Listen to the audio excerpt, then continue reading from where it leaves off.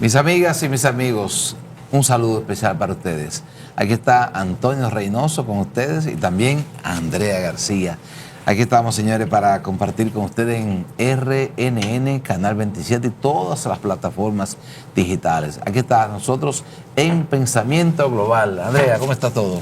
Yo estoy muy bien, gracias a Dios. Feliz de estar aquí con ustedes y traerles, como siempre, diferentes personajes, ¿verdad? Personajes, diferentes personas, diferentes temas importantes para cada uno de nosotros. Y el día de hoy tenemos en nuestro programa una persona, un destacado, vamos a poner, un destacado jurista y académico.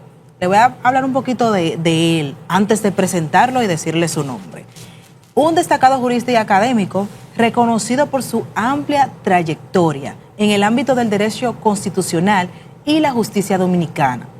Fue miembro de la primera matrícula de jueces del Tribunal Constitucional de la República Dominicana 2011, entre el 2011 y 2018. Doctor en Derecho y especialista en jurisdicción constitucional. Ha desarrollado una sólida carrera académica y profesional, participando en importantes congresos internacionales sobre la justicia constitucional en Iberoamérica.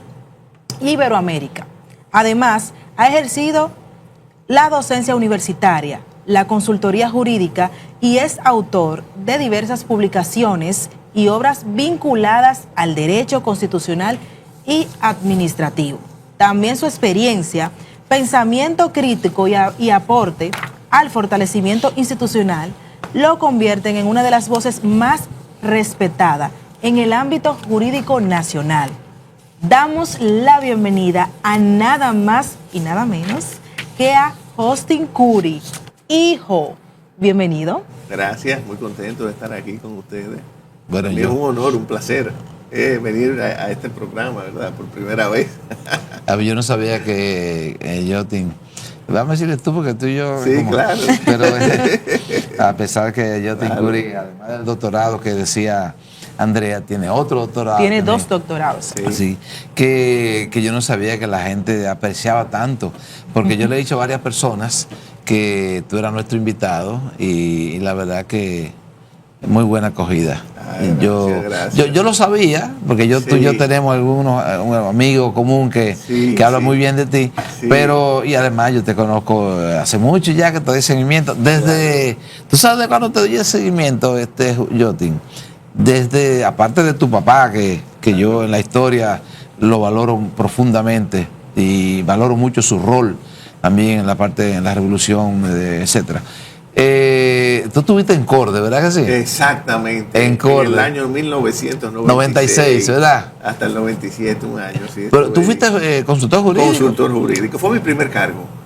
Ya. Esa fue mi primera posición. Pero tú estabas pública. chiquitico, ¿verdad? No. ¿Cómo que chiquitico? Jovencito, vamos a decir recién graduado de abogado. Ya. Como abogado. Sí. Fue mi O sea, estuviste trabajando con don Euclides. Exactamente. Euclides. Bueno, ¿tú sabes por qué yo te identifiqué? Porque yo era director, administrador general de Molinos Dominicanos. Ah, sí. Y entonces en los choques que eran demasiados, que había en esa época, me recuerdo que me encontré contigo, con el encargado de nosotros, el presidente del consejo. Tuvimos un intercambio y apareció tu nombre. Y yo me recordé de eso. Pero bueno, yo lo primero, quisiera cualquier pregunta. Yo sé que Andrea tiene muchas preguntas y nuestros amigos y amigas televidentes. Es bueno que sepa que este programa tiene una audiencia muy buena también fuera de República Dominicana, por los vínculos que tenemos en algunas partes de Europa y también en algunas ciudades de Estados Unidos y de las islas. Excelente. Pues yo viví 5 años en las islas y tienen que obligado a escuchar este programa. Ay, qué bien, bueno, entonces, bien. no, una primera, que un criollo dominicano, pero a mí me gustaría escuchar tu impresión de la huelga de los magistrados aquí en República Dominicana. Me interesa tu punto de vista porque es un tema que a mí me ha llamado la atención. He escuchado muchas cosas. ¿Cuál es tu impresión sobre esa huelga? Yo creo que, yo no recuerdo la última vez que se hizo, yo creo que esta es la primera, una huelga así de jueces. Es un tema, bueno, hay múltiples aspectos, pero básicamente es un tema salarial. Sí. Sabemos que los jueces dominicanos antes tenían sueldos aceptables, pero el problema es la inflación. La inflación Tú sabes que en un país como el nuestro, con una moneda inestable, que se devalúa permanentemente, claro. Sobre todo en relación con el dólar, todos los sueldos, al igual que las pensiones, se van quedando pequeñas. Aunque cuando tú la veas en principio muy buena, con el tiempo se van, y eso ha ido pasando con los salarios de los jueces. ¿Qué ocurre? Que esos jueces pasan por sus manos expedientes donde se manejan grandes sumas de dinero. Eso Y es cierto. ven, obviamente, lo que ganan los abogados en determinados casos. Ya, claro. Se ven afectados por la inflación y bueno, ahí hay un aspecto psicológico, Aquí hay casos, yo Aquí hay que casos los de todo abogados tipo, salen mira. multimillonarios. Es, Aquí hay Claro. casos que los abogados salen sí, multimillonarios. muchísimo, mucho. Entonces, ahora se da y se da en un contexto de renovación de la Suprema Corte de Justicia, porque ustedes saben que en los próximos meses, ya de hecho Ya están vienen. vencidos los jueces actuales. Hay 11 jueces que tienen que salir, incluyendo el presidente. ¿Cuántos son? 12. 11. 11 jueces. 11 de 16. De 16. Acuérdate que 5 fueron Claro. Ya seleccionados elegidos previamente. recientemente. Una cantidad Muy significativa, recientemente. Una cantidad significativa. Prácticamente la renovación de la matrícula. Entonces, en este contexto, se da esta huelga en una situación del país en que hay una crisis económica. La situación del país es muy difícil por un reclamo salarial que es justo, es comprensible, pero también es comprensible la escasez de recursos por parte del gobierno para satisfacer tantas demandas. Esos son los problemas que genera, reitero, tener una moneda volátil como la nuestra, como lo es el peso dominicano, que, como me dice un amigo, que antes hacía más con 100 pesos de antes que con 1000 de ahora. Y es verdad. Y es verdad. Claro. Y es verdad. Entonces, aunque se vean nominalmente altos los sueldos de los jueces, ¿no? Y de determinados funcionarios no lo son, pero hay un problema también de recursos. Y también hay otro problema que normalmente no se toca, el tema de la corrupción. El tema de la corrupción le sustrae al Estado dominicano todos los años miles y miles de millones de pesos, sobre todo en un país como el nuestro, donde casi todos los funcionarios entienden que los presupuestos que manejan, eso es dinero de ellos. No, así que lo ven, no dinero del Estado. Y entonces, bueno, una situación muy compleja y muy lamentable. Yo lo que creo que lo que se impone en este contexto es un diálogo. O sea, hay que apoyar el reclamo salarial de los jueces porque la verdad es que es justo. Pero también hay que entender la situación y hay que propiciar un diálogo. ¿Por qué el presidente y el Consejo han sido se nota como tan cerrados frente a ellos, a la red que ha creado esta huelga? No es que está cerrado. El presidente se ha mantenido. Yo vi la declaración del consultor jurídico del profesor Subero que dijo que el presidente Abinader no tiene que inmiscuirse en ese tema. No, yo digo el presidente de la Suprema. De la Suprema. Sí. Bueno, presidente de la Suprema. Que es el presidente del Consejo. Sí, del Consejo, claro. Yeah. Bueno, esta huelga lo coloca en una situación muy difícil a él de cara a permanecer en la posición. Yeah. Porque acuérdate que posiblemente se dice que él aspiraría a continuar por 7 años más. Ya en medio de esta crisis la situación se le torna un poco complicada. No sé, mira, son tantos elementos que hay ahí en juego que hay que esperar qué va a suceder, pero la única manera de resolver eso es un diálogo entre los miembros del Poder Judicial o también con el gobierno y buscar alternativas a que se reajusten los salarios, Claro. de una manera, pero de conformidad también con las posibilidades de las arcas públicas, que sabemos que están bastante menguadas por tantos gastos, tantos problemas y reitero, el factor de la corrupción, que para mí es el cáncer de la democracia, que le sustrae anualmente. Eso no tiene que ver con gobierno, estoy hablando en sentido general.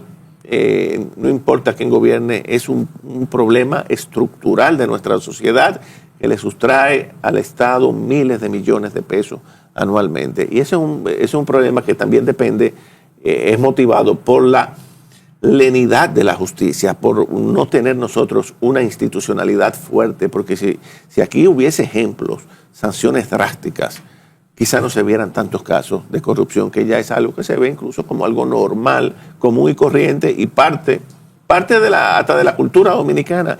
Y eso no puede ser. En un país pobre como el nuestro no podemos tener esos niveles tan alarmantes de corrupción administrativa. Pero bueno, reitero, un problema multifactorial, complejísimo, que la única vía de solución es el diálogo.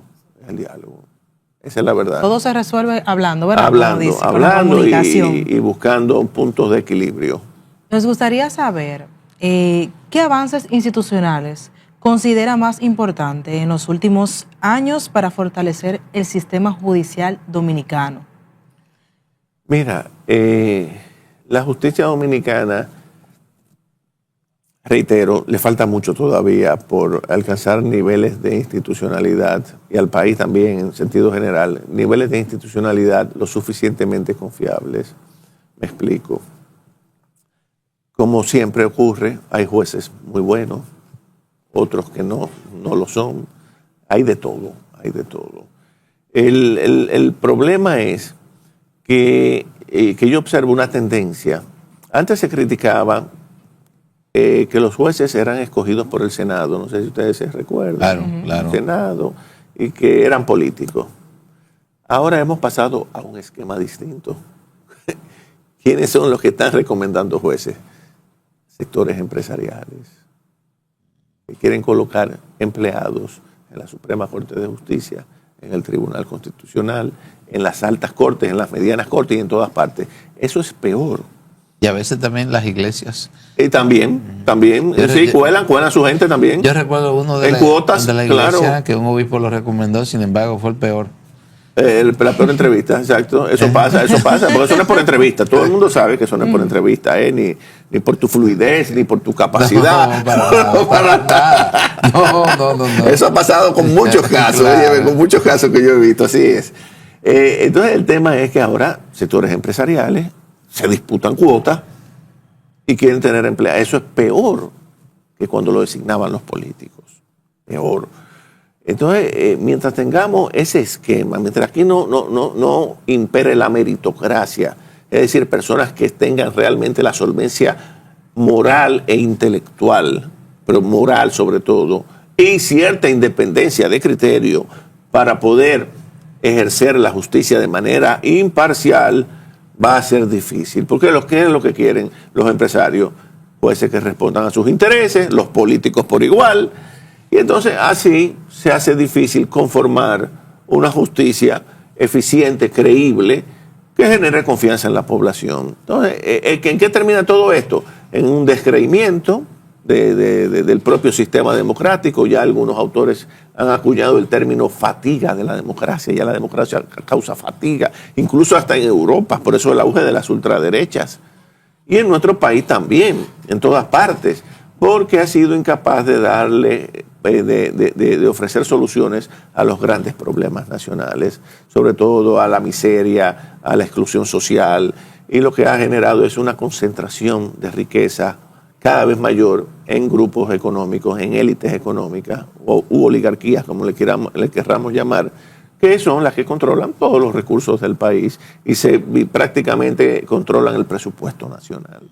Entonces, eso es muy peligroso porque a mayor número de excluidos, más conflictivo puede tornarse el panorama en un momento determinado. De manera que yo veo como un reto de que si la democracia no se recicla y cambia el modelo nuestro, en algún momento vamos a colapsar y no se sabe lo que podría ocurrir entre nosotros. Ay, señores. ¿Qué temas ni más importantes estamos conversando con Yotin Curi, hijo, destacado jurista, Pero para conocer más y saber más, un poco más de este tema tan importante que estamos tratando, nos vamos a una breve pausa y en breve continuamos con más de Pensamiento Global.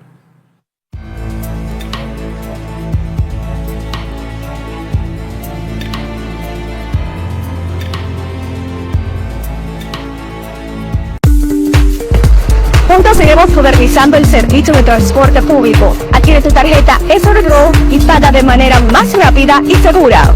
También puedes pagar nuestro servicio usando la tarjeta del Metro de Santo Domingo o cualquiera de débito y crédito Visa o Mastercard con tecnología sin contacto.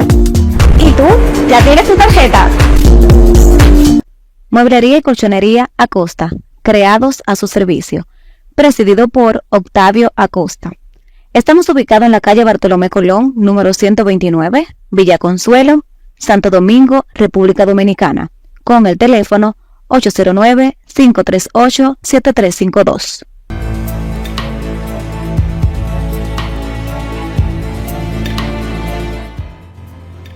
Estamos de regreso con nuestra programación de Pensamiento Global. Y en la pausa estaba hablando un poquito con Toño aquí, que tiene una preguntita que quiere hacerle a nuestro invitado, pero me gustaría que la comparta. Está bien. Hay que compartirle. Mira, yo quiero, doctor Yotin Curi, hay el pueblo dominicano está ahora mismo, creo que en el mes de agosto, ¿verdad? En el mes de agosto, el nuevo código, ¿verdad? Así el nuevo código. Yo quisiera, como usted tocó tangencialmente parte del sistema y demás, yo oí una vez, le escuché una vez hablar del código, del nuevo ahora, pero me gustaría un poquito ampliar. ¿Cuál es su visión de este nuevo código con todo este mundo que estamos nosotros viendo ahora? Bueno, me viene a la mente, tristemente me viene a la mente los feminicidios y todas esas cosas que yo no quisiera ni mencionarlo, porque me da hasta escozor, asco, me da eso que está pasando. Y que el pueblo dominicano, bueno, no voy a hablar más. El hecho es que, doctor, ¿qué ventajas nos ofrece este nuevo código?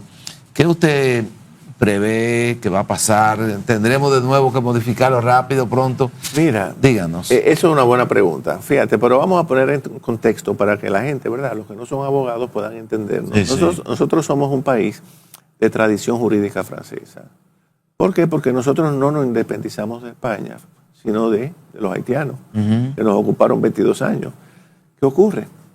Que cuando logramos la independencia en 1844, nos quedamos con los códigos napoleónicos que Francia había impuesto en Haití. Claro. O sea, los códigos franceses. Sí. Y se aplicaron, incluso en el idioma, en francés, se leían, no se tradujeron, sino hasta el 1893, por Lilis, que es el gran codificador, Ulises Cerot. Entonces nosotros tenemos una tradición jurídica francesa distinta a la gran mayoría de los países iberoamericanos, ¿verdad? Hispanoamericanos. Cuando nosotros asumimos el nuevo Código Procesal Penal, al principio de los años 2000, yo fui de los que me opuse, igual que el magistrado Luciano Pichardo, ya el fallecido, era un jurista brillante, y muchos otros abogados, entre ellos mi padre también, que estaba vivo, y muchos más. Decíamos, si vamos a cambiar y a modificar nuestros códigos, vamos a seguir la tradición jurídica francesa. Porque el derecho francés le ha dado juridicidad a medio mundo. Porque la verdad es que los códigos napoleónicos son bien pensados filosóficamente y bien estructurados. Pero ¿qué ocurre? Cambiamos el modelo. Buscamos un código iberoamericano, el nuevo Código Procesal Penal, cambió hasta la terminología, la concepción, todo. Bueno, que es el que se viene aplicando. Hago ese introito para que se entienda. Ahora venimos con un nuevo Código Penal de igual factura, que se aparta de los principios y que nos obliga, claro, nos obliga ahora, o sea, replantea problemas del derecho tan elementales. Pero yo le voy a citar, por ejemplo, un caso. Tradicionalmente, cuando nosotros estudiamos derecho, se nos enseñaba en materia penal que entre marido y mujer no puede haber violación, porque hay una obligación de cohabitación. No hay robo entre esposos. No hay robo entre padres e hijos. Ahora con este código todo eso cambia. Todo eso cambia. Hay violación entre marido y mujer. Digo, pero ¿y cómo es posible? ¿Cómo es posible? Oigan, hay un artículo, el 310, que dice que hasta por señas que puedan interpretarse peyorativas contra funcionarios públicos, uno puede ir a prisión. Así por ejemplo, tú le haces así. Y ya Ya una amenaza. o haces así, mira. Ya tú estás sometido a la justicia. Mucho menos soltar gato en un parque. Óyeme, y hay una serie de cosas que yo digo, óyeme, cuando Ay, mi madre. o sea, plantea todo un replanteo general de la teoría jurídica que todos estudiamos en la universidad, porque no es Cambio un código, drástico, es un cambio radical. Tiene algunas cosas buenas, algunas figuras como el sicariato, contempla nuevos tipos penales, pero en sentido general es un cambio total. ¿Qué pasa? Tanto con este nuevo Código Penal que viene ahora, como el Código Procesal Penal que ya entró en vigencia hace 20 años, que no tenemos referencias doctrinales ni jurisprudenciales. Anteriormente, en el viejo código, tú tenías un problema jurídico que tú buscabas. ¿Cómo se ha resuelto esto en Francia? Yeah. Y siempre tú encontrabas una luz que te iluminara. ¿Qué solución le dan los franceses a este tema? Y tú buscabas investiga. las enciclopedias de Dalós, Le Poitevin, que era un autor penal famosísimo, francés, y tú encontrabas Garot, tú encontrabas respuestas a todo lo que tú... Ahora, ¿qué referencia hay? Una referencia sumamente subjetiva, interpretativa, de lo que cada juez entienda. Nosotros tres podríamos ser jueces y entender el mismo problema de tres maneras diferentes. Claro. No hay unidad en el pensamiento. Entonces, esos son los problemas que traen estos nuevos códigos. Esto lo hemos debatido en algunos debates entre abogados. Algunos están de acuerdo porque son muy vanguardistas. Otros decimos, espérate, esto hay que examinarlo bien, pero no es una realidad. Ya entrará en vigencia ahora en pocos meses, en agosto. Pero, qué sé yo, no quisiera ser Cassandra ni pitoniza, pero no veo, a mí no me gustan esos cambios bruscos de legislación, porque era preferible, a mi modo de ver, tanto con el Código Procesal Penal como con el Código Penal, seguir, actualizarlo, adecuarlo a nuestras necesidades, pero siempre siguiendo los patrones y la tradición jurídica francesa, que es de las más avanzadas. Pero no cambiándola, o sea, no cambiándolo todo de buenas a primeras por algo que, reitero, es un derecho nuevo y que no tenemos puntos de referencia claros. Dada esa debilidad que hay, escúchame, yo sé que Andrea tiene una pregunta ahí. No, continúa. Tiene una metralleta, pero en fin. Sí. Dada esa debilidad que hay y dada también el cuestionamiento de la misma democracia que esto genera, ¿usted cree que tendremos entonces algún día que acudir en nuestros códigos a la pena de muerte?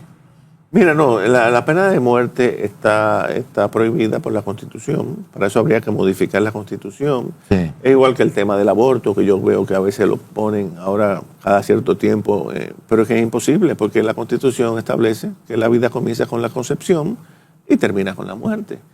Para aprobar una legislación, habría que modificar primero el texto constitucional. Sí. Habría que hacer una reforma. Entonces, una vez se debatió, no sé si ustedes recuerdan, hace muchos años el tema con las violaciones de niñas, de la esterilización, ¿cómo se llamaba el término? Las casuales. La castración. La castración. Que ustedes saben que ya por una inyección, castrar no es como antes, que era cortar el miembro, sino una inyección y listo. Pero ¿qué pasa? ¿Y cómo usted se ríe? Sí, no, porque la ciencia ha avanzado. La ciencia ha avanzado, señores. Se ha avanzado. Yo me río porque óigame, la ciencia. Que decía, eso se debatió aquí. Hay que cortarle. Exactamente, porque son casos que indignan con razón, le dan con rabia a la población, casos terribles que se ven. Sí, hay casos. Entonces, eso se llegó a poner a discutir públicamente y se estableció que para hablar de esos temas entonces habría que modificar la Constitución porque la salvaguarda a la dignidad y a lo que es el ser humano. O sea, no podemos aplicar las penas de los asiáticos, de los chinos, por ejemplo, ejecutado. Pero es un derecho, o sea, totalmente distinto. Los chinos, las legislaciones musulmanas no conocen lo que son los derechos humanos. No. Son culturas totalmente diferentes. Arabia Saudita, Irán. Exactamente, ahí tú no puedes hablar de eso. Eso es aquí en Occidente que tú puedes hablar de derechos humanos, derecho a la vida. 137 latigazos a una señora. Una señora, una luchadora por los derechos humanos allá en Irán. Exactamente, esa gente no entiende eso. Fue ahora, tú no puedes hablarle allá, la pena de muerte no es algo normal. El caso de corrupción comprobado, sí, ejecutado inmediatamente en China. Y lo grande es que les ha funcionado su sistema, les ha funcionado. Mira lo que es China hoy. Sí, claro. Mira lo que es China, prácticamente una potencia económica cuando tú ves que el presidente de los Estados Unidos y luego Putin van allá. Es por el peso en una semana. Y China era pobre, un país pobre en el principio de la década de los 70. Claro. En 50 años ha tenido un crecimiento económico. Sí, increíble. Yo a veces le digo a mis amigos, Kissinger, cuando fue a abogar por la apertura con China, al principio en el 72, 73, nunca imaginó que los chinos iban a ser tan inteligentes.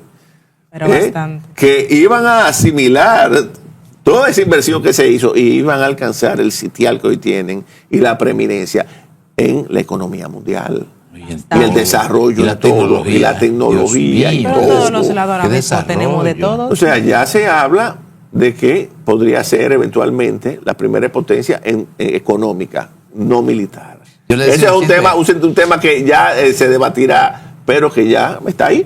Yo le hacía un chiste esta tarde allá, que todas las personas que han ido a China, que nosotros hemos enviado, yo trabajo en el Ministerio de Educación, a todos nos lo han robado. Llegan de China un mes, qué yo cuánto, y a lo poco tiempo, al año, ya está en otra institución. Sí, porque ellos cazan talentos. No, pero, y les pagan bien, pagan mucho, porque tienen mucho dinero. Pagan muy bien. Han invertido en el mundo entero. Y van allá, óyeme, y le dan buena comida y le dan también dinero. Exacto. Pues yo me voy para China, señora, porque imagínate. Lo que estamos hablando, entonces el mundo cambia, va cambiando a medida que el tiempo pasa. Y cada país tiene sus reglas. Por ejemplo, con el tema de la ciencia, recuérdense que antes había una prohibición en el código de que la mujer cuando se divorciaba tenía que aguardar 3 meses para volver a casarse, para evitar la confusión de paternidad. En caso de que tuviese, ¿verdad? Un novio o algo.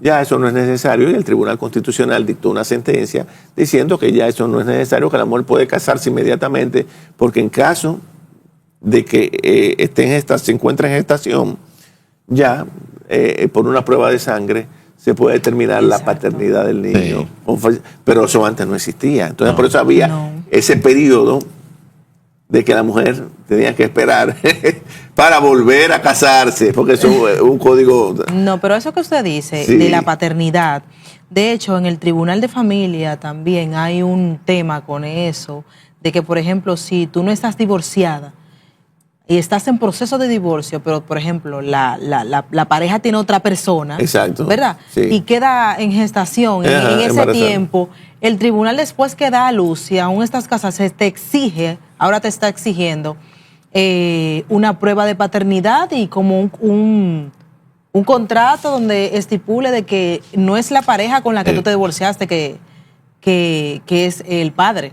Exactamente. Es nueva esa también. Sí, porque es que los adelantos tecnológicos hacen que se modifiquen la normativa. Claro. Creo que eran 6 meses, ahora no recuerdo, 6 meses sí que tenía que esperar la mujer para volver a contraer matrimonio.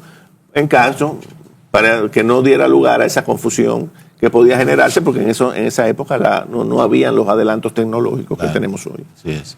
Y a pesar de los avances logrados, ¿qué desafíos enfrenta el sistema judicial? Pero esa respuesta usted nos la va a decir tras la pausa. En breve regresamos con más de nuestra programación.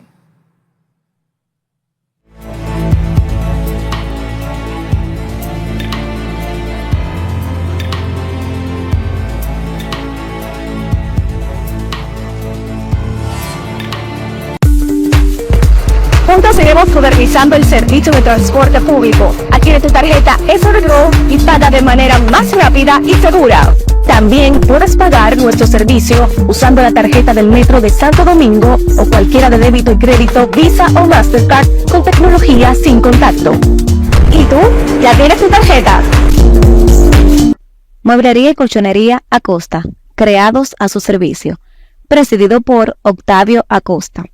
Estamos ubicados en la calle Bartolomé Colón, número 129, Villa Consuelo, Santo Domingo, República Dominicana, con el teléfono 809-538-7352.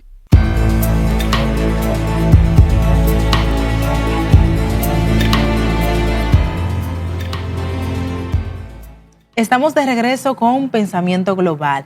Y antes de la pausa le habíamos preguntado a nuestro jurista, el doctor Justin Curry, hijo, ¿qué desafíos, aparte de los que ya se ha logrado, qué desafíos enfrenta el sistema judicial hasta ahora? Bueno, todavía en nuestra justicia, como decíamos, tiene muchas cosas que mejorar. La principal de ellas es que los jueces fallen de conformidad con el derecho, que mantengan criterios de unidad jurisprudencial claros, líneas de pensamiento, para que el derecho no se torne en un oficio que algunos han catalogado que somos aprendices del brujo, porque un día un juez falla de una manera, otro día falla el mismo caso de otra manera. Entonces, eso torna el derecho en algo impredecible, genera inestabilidad, imprecisión, desconfianza. Entonces, uno de los mayores retos de la justicia dominicana es que, sobre todo, tener un cuerpo de jueces que tenga la suficiente solvencia moral para fallar siempre de conformidad con la ley, no de conformidad con los intereses, buscar, porque siempre el derecho, como es interpretativo, tú puedes buscarle bajadero por distintas maneras, porque todo se interpreta. Claro, todo en la vida se interpreta. Entonces, pero si yo te interpreto hoy un problema de una manera, pues mañana ese mismo problema te lo interpreto de otra manera, porque todo depende según el caso, ¿verdad? Según quién se trata. Entonces, ahí es que está el grave problema de nuestro país. Un país pequeño, con jueces, muchos de ellos venales, otros irresponsables, otros que quieren preservar su empleo, porque ser corrupto no es solamente coger dinero, no. Es buscar bajadero, defender intereses y yendo contra los principios de la ley. Ese es el problema. Hay muchas formas de hacerlo. Entonces, ¿qué necesitamos? Integridad.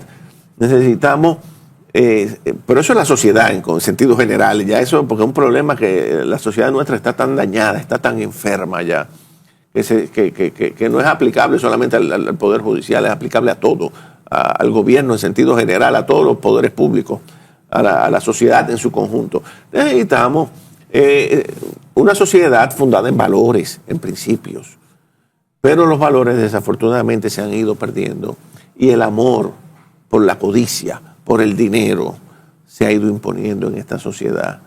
Entonces, ¿qué hace? Que se relajen las costumbres, todo se corrompa,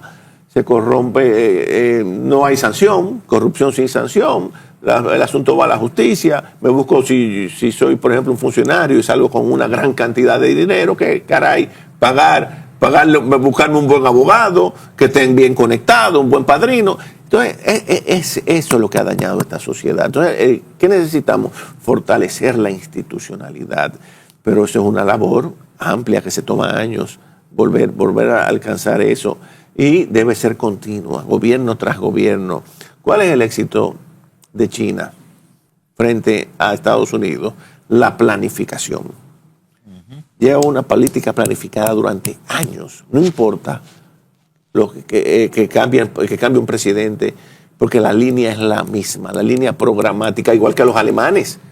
Los alemanes han podido hacerlo dentro de un esquema democrático, los chinos no, porque los chinos son todavía, en términos políticos, un partido único, una dictadura, claro. Aunque en términos económicos son capitalistas. Han hecho una combinación Pero ¿cuál ha sido el éxito? La planificación, siempre mantener. Pero en las democracias occidentales, donde cada 4 años hay un cambio de gobierno, lo que se hace en un gobierno es echado por la borda por el siguiente y luego por el siguiente. Entonces, al no haber una continuidad a través de los años de políticas definidas, estamos en desventaja con los asiáticos, sobre todo con los chinos, que han logrado el sistema de planificación socialista propio de la economía socialista, combinarlo con la economía de mercado.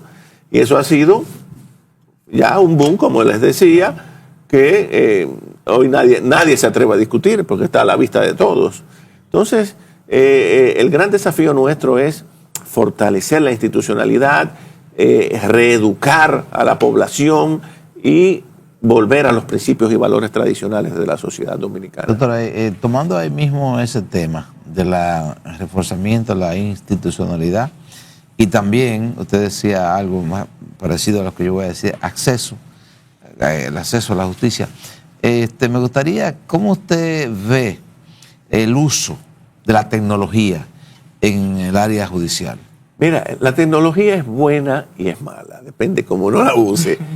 Se han detectado, ahora con el tema de la inteligencia artificial, casos de abogados aquí y fuera de aquí, porque ya con la ayuda de la inteligencia artificial te redactan el escrito, un escrito que antes te tomaba 15, 20 días, tú bajando libros, buscando argumentos, pensando, investigando, rompiéndote la cabeza, ya tú alimentas una inteligencia artificial. Y el segundo, te prepara una línea de defensa. Pero ¿qué pasa? Esos programas todavía no, porque la inteligencia artificial no sabe decir, no sé.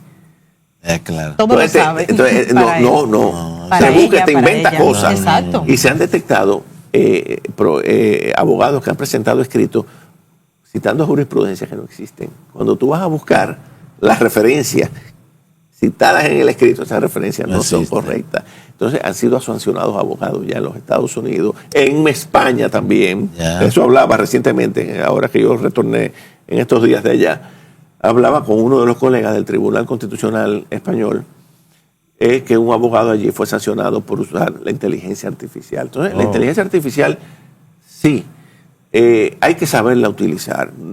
Sin duda alguna es un instrumento de ayuda tanto para los abogados como para los jueces, ¿verdad? Circunscribiéndonos al tema judicial. Pero hay que saberla emplear y, obviamente, revisar todo y usarla, pero de una manera muy moderada. No descansar total y absolutamente en ella, porque yo no creo que por más desarrollada que esté, pueda reemplazar al ser humano en un 100%. Siempre va a ser necesario ese factor, ese toque humano que necesita cualquier disciplina como la nuestra. Y siguiendo con la tecnología, ¿cómo pueden los abogados o la justicia adaptarse a estos medios de delitos digitales y también tecnológicos? O sea, adaptarse, ¿tú te refieres? A los nuevos cambios, a la justicia. Eso mismo que usted estaba hablando de la inteligencia artificial, de los delitos, o sea, de las cosas que surgen. Sí, mira, es lo que te estoy explicando. La inteligencia artificial ayuda, la tecnología es muy útil, pero siempre y cuando se sepa utilizar. Sí, lo que tú no puedes hacer es abusar de ella, porque entonces cometes errores, porque la inteligencia artificial, reitero, también incurre en errores en numerosas ocasiones, sobre todo con temas muy técnicos, porque, reitero, nunca te dice no sé o no puedo contestar esa pregunta. Busca la manera de contestártela y te formula soluciones que no siempre son correctas y te cita fuentes que no son inexistentes incluso. Un chancecito. A mí me pasó para justificar, hablar lo que te dijo. Mira lo que me pasó a mí. Yo sé un tema del Papa Francisco. Sí. Un tema que yo sé, algo que yo sé. Entonces le dije a la inteligencia artificial, el Papa León XIV dijo tal cosa. Y dice la inteligencia artificial, correctamente, Papa León XIV, y era falso. Pero yo lo hice a propósito para ver, y es lo que Exactamente. y esto no es un tema técnico. Exacto. Porque lo que el Papa hace somos demasiado públicos. Pero, entonces hay que filtrar. La inteligencia artificial es herramienta útil que se puede utilizar, pero hay que saberla manejar. Si no ahí es que está hasta el faltas tema. ortográficas ha tenido directamente la inteligencia, muchísimas faltas ortográficas. Hay que revisarlo todo, pero hay gente que obviamente confía totalmente, se entrega a eso e incurre en malas prácticas. Claro. Exactamente. Así es. ¿Cómo puede la República Dominicana continuar fortaleciendo su imagen judicial a nivel internacional? Pero esa respuesta usted nos las va a decir después de una pausa. Nos vemos en breve.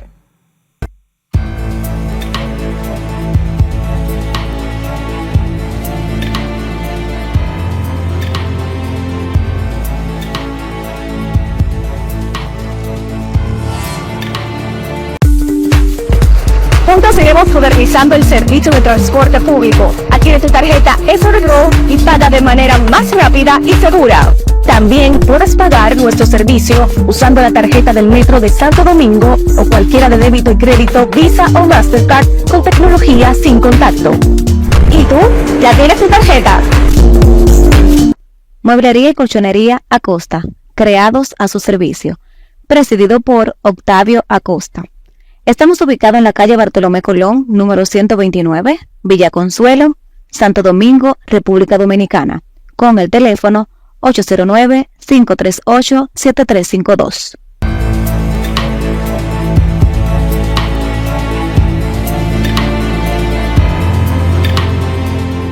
Aquí estamos de nuevo en inteligencia artificial, estamos hablando de muchos temas importantes vinculados al quehacer jurídico. Aquí estamos con el doctor Yotin Curi Hijo, un gran abogado, una persona muy trabajadora y también un defensor de la democracia en República Dominicana. Bueno, aquí estamos también Andrea y un servidor, Antonio Reynoso y Andrea García, aquí en este pensamiento global. Andrea, tú le tiraste una pregunta al doctor. Vamos a pensar, señores, vamos a pensar. A ver, sí. Les decía antes de la pausa que cómo puede la República Dominicana continuar fortaleciendo su imagen judicial a nivel internacional. Mira, esa imagen se fortalece en la medida en que se dicten buenas decisiones, porque lo que habla en el Poder Judicial no es la publicidad que tú puedas colocar, son tus propias sentencias. Claro. Ese es el producto. Eso es lo que habla por ti. Eso es lo que, igual que de cualquier profesional, lo que habla bien de ti no es la publicidad que tú coloques, tu accionar. Entonces, yo lo que entiendo es que debemos dar buenas decisiones, generar, darle valor agregado al derecho, generando nuevos conceptos, nuevas líneas de pensamiento, estando a la vanguardia en numerosos temas. Eso es lo que debemos lograr, pero para alcanzar eso necesitamos un poder judicial sólido, un nivel de institucionalidad sólido, fuerte, que desgraciadamente no hemos podido alcanzar, y esa es una de las grandes fallas de la democracia dominicana, que todavía no ha podido alcanzar niveles de institucionalidad lo suficientemente maduros como para imprimir confianza en la población. Entonces, en la medida en que estemos así, reitero, estamos vivimos en un medio donde cualquier cosa se torna impredecible, cualquier cosa, porque es que en la medida en que la gente va perdiendo la fe, la confianza en el sistema, en el modelo, y se torna todo muy peligroso, y el Poder Judicial tiene en eso un papel capital. Porque un país donde la justicia no funciona bien, nada camina bien, ni la economía ni nada, olvídate de eso. Es fundamental, es uno de los tres poderes del Estado, poder judicial, y ahora que se va a renovar, se tienen los políticos, yo entiendo que deben ponerse de acuerdo y buscar los mejores hombres y mujeres para desempeñar esas funciones, y no seleccionarlos por amiguismo, para ayudarlo, para que obtengan una buena pensión, como sucede generalmente, para que, ¿me entiende? O porque responda a mis intereses particulares. No. Tenemos que tiene que haber un pacto entre las fuerzas políticas para poder nosotros alcanzar una nación con niveles de institucionalidad adecuados. Pero ese pacto, desafortunadamente, no se produce por la miopía, por el egoísmo y la mediocridad de muchos de nuestros dirigentes. Las academias, ¿cómo usted, dándole seguimiento a las academias, o sea, las universidades? Usted ha sido catedrática en varias universidades. Casi todas las universidades. Sí, ya lo vi. Sí. ¿Cómo usted considera en las diferentes universidades, sus diferentes áreas jurídicas? ¿Cómo usted? Mira, este es otro tema muy interesante. Mira, aquí las universidades se han tornado en negocios. No hay mejor negocio ni más lucrativo que el negocio de la educación. Sí, definitivamente. Entonces, en la medida en que veamos la educación, que es la base, lo que forma a los pueblos, a la población, lo que hace el país, a los ciudadanos diferentes, hermano, mira, primero hay muchas universidades que gradúan profesionales al vapor, muchas, sin la debida preparación académica, no son exigentes. Entonces se ha relajado el rigor que antaño existía para uno graduarse como abogado, como médico o en cualquier disciplina. Había que fajarse, de verdad. Hoy día cualquiera obtiene un título de abogado, de cualquier cosa. Y entonces ese es un problema serio que tenemos hoy. Entonces hay una proliferación enorme. Yo te voy a hablar ahora de los abogados, enorme. Aquí ya hay más abogados, más de lo que necesita la población. Muchísimo. Todo el mundo, todos los funcionarios públicos tienen su oficina de abogado propia o de un familiar. O sea, entonces la profesión se torna difícil de ejercer. Porque, reitero, ya los casos no le llegan a las personas, a los buenos abogados, ya por su capacidad, sino por sus relaciones políticas, por sus vínculos personales con sectores de poder, y ese es otro problema. Entonces, el tema de las academias, yo creo que tenemos que repensarlo, replantearlo, porque no podemos tener tantas fábricas de profesionales, reitero, que sin ningún rigor los gradúa, los lanza al mercado y nada. Entonces vivimos en un caos en ese aspecto. Tenemos que ser más exigentes, más rigurosos, y en eso el Estado tiene que jugar un papel fundamental. Sí. Claro que sí. ¿Y considera usted positiva la digitalización de servicios judiciales en el país? Sí, la digitalización es importante, porque antes tú buscabas los expedientes y te los metías en almacenes, en cajas, todavía así en muchos casos. Entonces la digitalización ayuda, claro, agiliza el trámite. En ese caso yo creo que la tecnología ayuda mucho, y es importante porque ya los expedientes tú los localizas más fácil. Y no tienes que mandar a buscar una caja jaina, por ejemplo, a ver si aparece, si los ratones no se lo han comido el expediente. Entonces, es un tema. Sí, claro, la tecnología ayuda mucho. Incluso hay oficinas de abogados que han digitalizado todos sus expedientes. Sí. Ya lo tienen digitales, claro. Mire, doctor, como aquí hicimos muchas preguntas, porque este tema, primero es un tema abierto, y a pesar que nosotros ninguno de los dos somos abogados, pero nos afecta y vivimos en una sociedad con muchas dificultades. Pero hay una pregunta, hay una partecita que es muy importante, y es usted, a un joven que esté interesado en estudiar Derecho, por ejemplo, ¿qué usted le aconsejaría a un joven o una joven que quiere estudiar Derecho para servirle al país? Bueno, lo primero es... Como buen consejero que es usted, díganos. Yo le aconsejaría primero saber que nada en la vida es fácil, que tiene que fajarse, prepararse lo más posible, estudiar. Siempre se está estudiando desde la cuna hasta la tumba. Uno nunca lo termina de aprender todo. Nunca lo termina, no. Uno siempre... es más lo que uno ignora que lo que uno sabe. Así es. Mucho más. Entonces, el estudio es permanente, la formación es continua. Entonces, tiene que tener vocación de sacrificio, vocación de servicio, y sobre todo apegarse a los principios, a la ética. Lo que pasa que en un país como el nuestro, en una sociedad dañada, eso se le torna